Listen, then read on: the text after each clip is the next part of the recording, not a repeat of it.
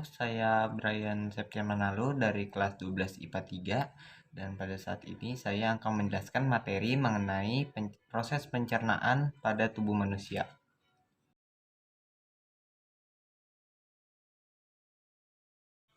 Pertama-tama kita siapkan toples keripik sebagai penanda tempatnya. Lalu kita siapkan kertas yang bergambarkan tubuh manusia beserta organnya. Lalu kita siapkan lem fox. Lalu kita siapkan gunting.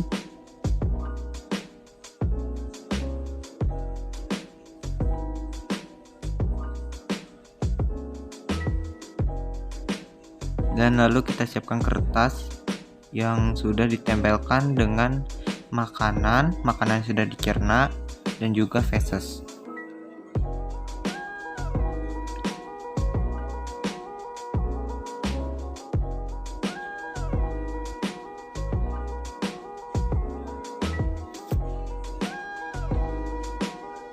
Langkah pertama kita lem dulu pada bagian kertasnya. Lalu kita tempelkan pada toples makanan ringan tersebut.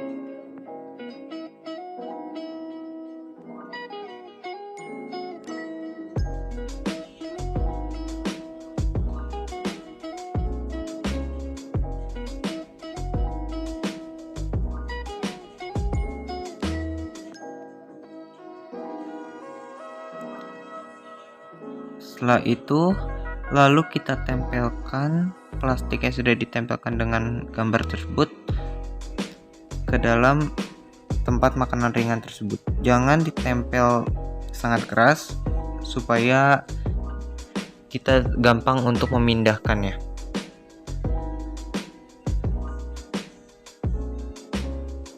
Di sini kita menggunakan isolasi agar tidak menempel dengan tempat makanan ringan tersebut.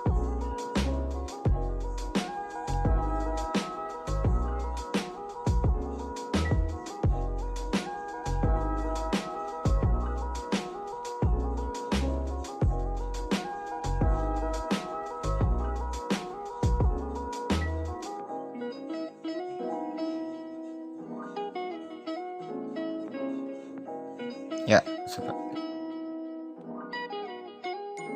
proses awal dari pencernaan yakni ketika makanan mulai masuk ke dalam mulut. Pada bagian tersebut, makanan diproses secara mekanik menggunakan gigi, lidah, serta kelenjar ludah. Lalu selanjutnya kita masuk pada tahap kedua, yaitu melewati kerongkongan. Pada kerongkongan adalah saluran yang dari antara rongga mulut sampai lambung. Fungsinya untuk tempat lewat makanan yang sebelumnya sudah dikunyah dari bagian mulut, kemudian menuju ke lambung. Di kerongkongan tidak akan terjadi suatu proses pencernaan. Kontraksi otot kerongkongan akan mendorong makanan untuk masuk ke dalam lambung. Di bagian sebelah kiri dalam rongga perut. Kontraksi pada otot lambung membuat makanan menjadi teraduk sempurna sehingga bisa bercampur dengan getah lambung. Proses ini mengakibatkan makanan di lambung menjadi menyerupai seperti bubur.